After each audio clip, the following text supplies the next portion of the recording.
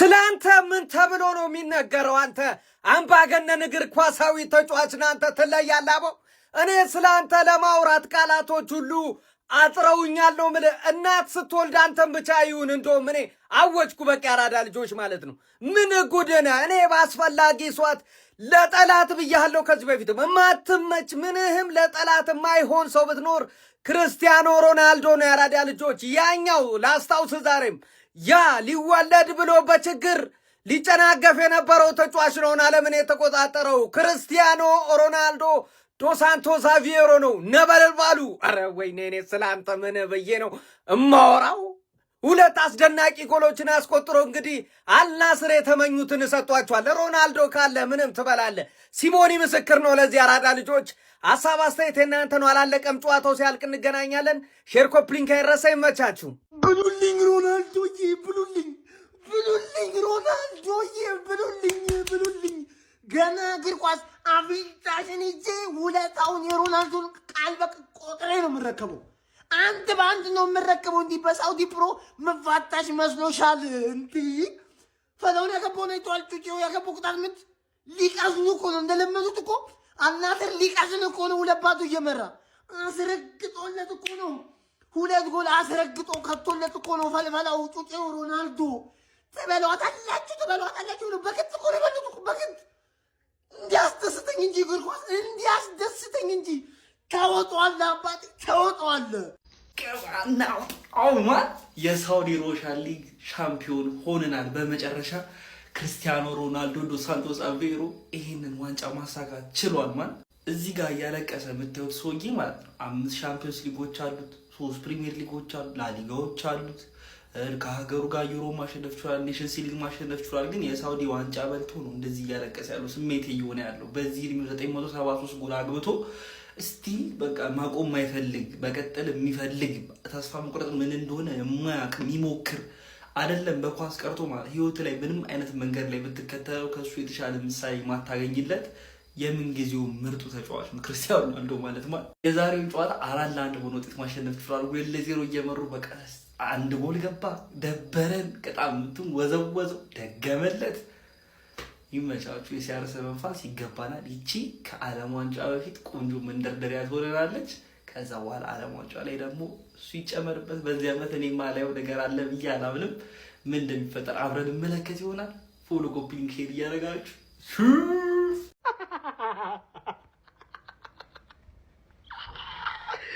የት ዓለም ላይ ግን በዚህ ሰዓት ከኔ በላይ ደስተኛ ሰው አለ?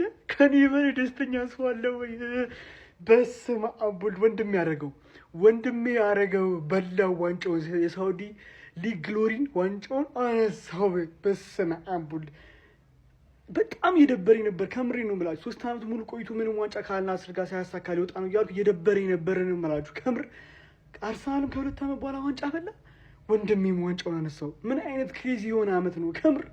ዓለም ዋንጫ ላይ ደግሞ ማለት ነው ትንሽ ተጫዋቾቹ ብዙ ምናምን አለም ትንሽ ብቻ ለሱ ሲጫወቱ ያረጉታል። እመኑኝ ይበሉታል። ዓለም ዋንጫውን ትንሽ ብቻ ለሱ ሊጫወቱ ይጓቸውን ትተው ብቻ ይጫወቱ። ወንድሜ በጣም ነው ደስ ያለኝ። እሺ ኩርቼ ይባሃልው ጋይስ። እኔ ራሴ ስሜቴን የተፈታተነ የእውነት ክርስቲያኖ ሮናልዶን እንደዚህ እንባ ቅርሮ ሲቃ ሲተናነቀው ማየት ዛሬ በደስታን ያነባው እሱ በጣም የሚያስደስት ነገር ነው ጋይስ። ባለፉት ቀናቶች አይታችኋል። ባለፈው ከአል ሂላል ጋር ከዛ ደግሞ ከቀናት በፊት በኤዥያ ቻምፒየንስ ሊግ ላይ ጋምቦ ኦሳካ የሚባል ያልተጠበቀ ቡድን ከውድድሩ ውጭ አድርጎ ዋንጫውን ሲነጥቀው ያለቀሰው እንባ በጣም ነበር ልብ የሚሰብረው፣ በጣም ነበር ልብ የሚነካው። ዛሬ ግን ክርስቲያኖ ሮናልዶ ፖርቹጋላዊ ጥበበኛ ፖርቹጋላዊ ኮከብ በመጨረሻም ስንጠብቅ የነበረውን የሳውዲ ፕሮ ሊግ አሳክቷል ጋይስ። ተሳክቶለታል። በመጨረሻም ድካሙ መና አልቀረም። 2 ጎሎችን ለዛውም ደግሞ በመጨረሻው ወሳኙ ጨዋታ ላይ 2 ጎሎችን አንድ አስገራሚ ቅጣት የምታስቆጥረው ክርስቲያኖ ሮናልዶ ዶስ ሳንቶስ አቬሮ በመጨረሻም የሳውዲ ፕሮ ሊግን ማሸነፍ ችሏል።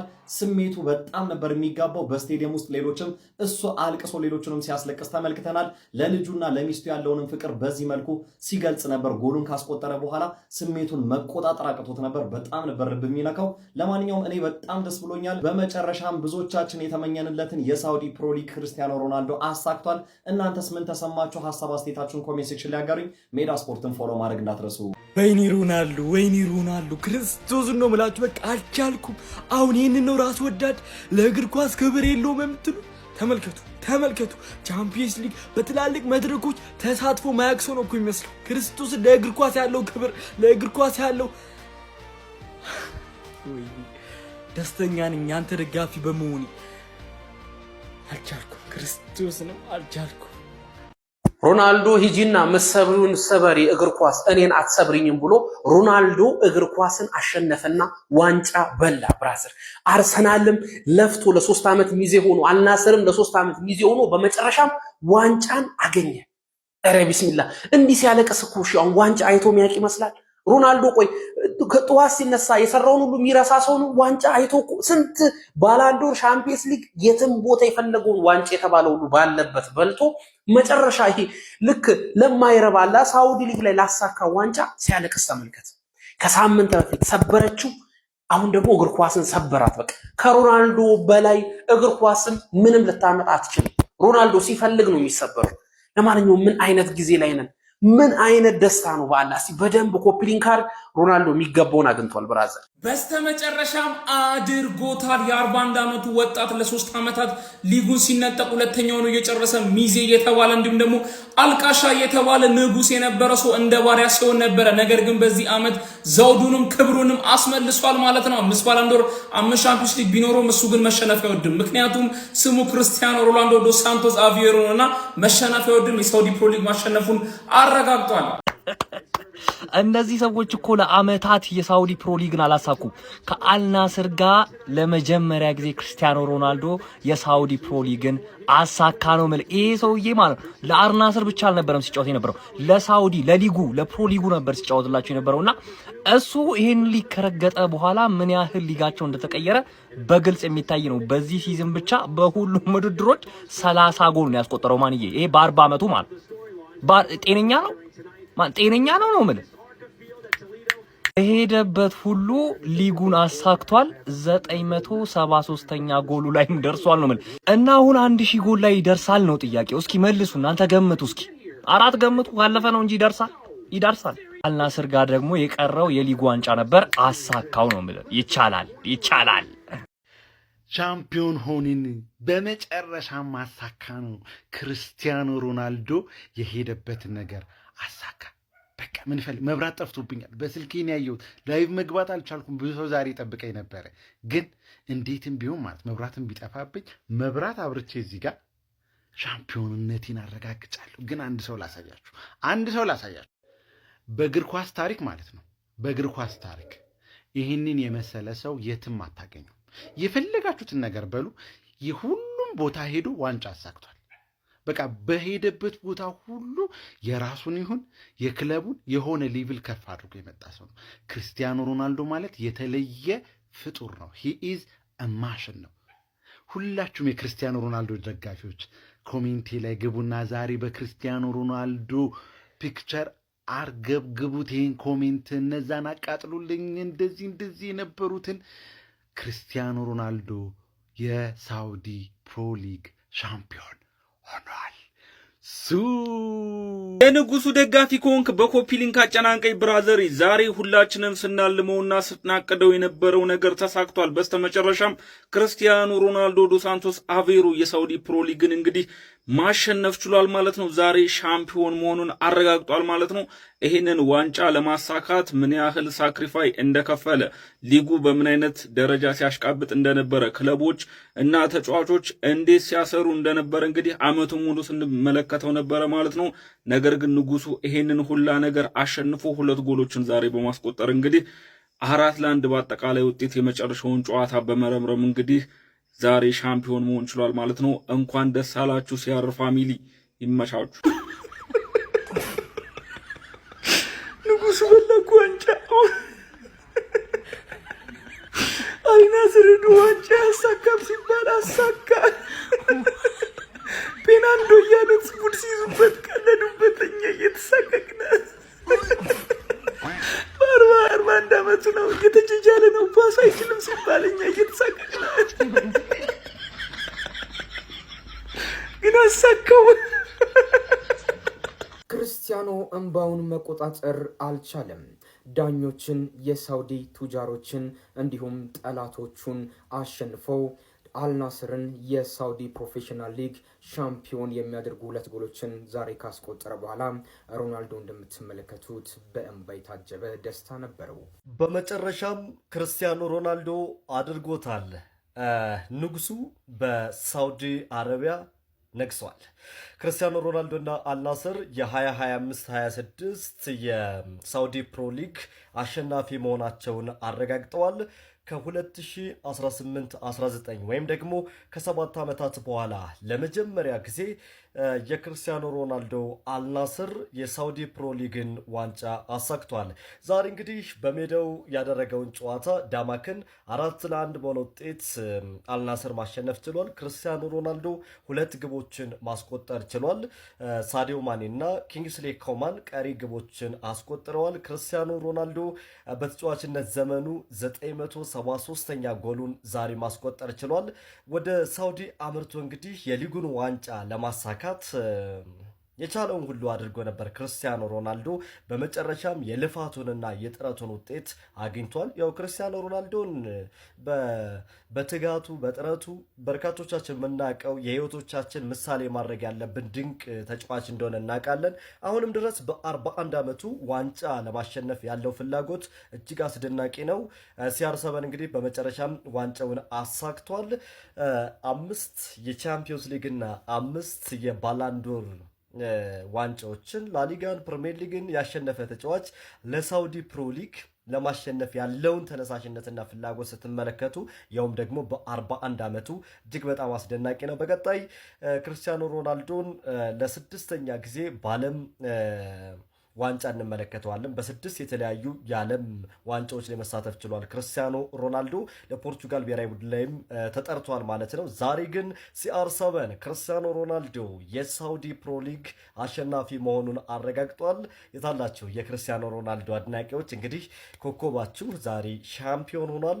ኮመንት መግቢያው ላይ እየገባችሁ እስኪ አጥለቅልቁት CR7 እያላችሁ ጻፉ። ለዚህ ቻናል አዲስ የሆናችሁ ቤተሰቦቻችን ፎሎ በማድረግ ቤተሰብ ሁኑ። ከ7 ዓመታት በኋላ አልናስር ተሞሽሯል። የሳውዲ ፕሮ ሊግ አሸናፊ ሆኗል።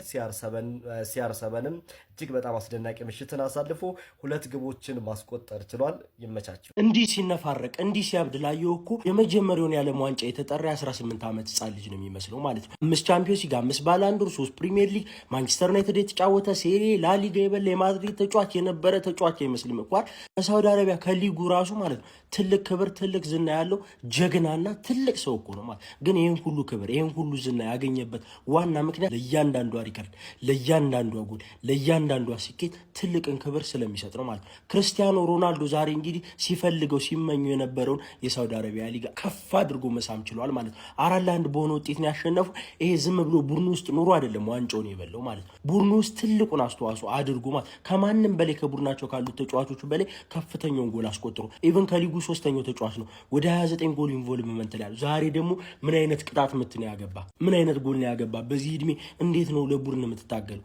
ያለቃቅስልሃል፣ ያብድልሃል። ግን ትክክለኛ ስኬትን ፈላጊ ትክክለኛ ስኬታማ ሰው ብለህ ከጠራ ትልቁና ትልቁ ክርስቲያኖ ሮናልዶ ነው የምትጠራው ማለት ነው። ገና የዓለም ዋንጫ አሳክተህ ጉርታስ ብለዋለህ ሀገሩን ማለት ነው። አንተ በጣም የምትችል ጀግና ሰው ነህ። ቪዲዮውን ኮፒ ሊንክ ሪፖስት እያደረጋችሁ አዲስ አካውንት ስለሆነ ደግሞ ፎሎ እያደረጋችሁ ይመቻችሁ። CR7 ዘጎት የኔ ምርጡ ተጫዋች፣ የኔ የምንጊዜ ምርጡ ተጫዋች፣ ለየትኛውም ለእግር ኳስ ተምሳሌት የሚሆን ፉትቦለር። የምሬ ነው ማለት ብዙ ነገር አቅደው ግን አልተሳካላቸውም። በመጨረሻ ላይ ዋንጫውን ማሳካት ችለዋል። በዛ ላይ 2 ጎል አግብተዋል።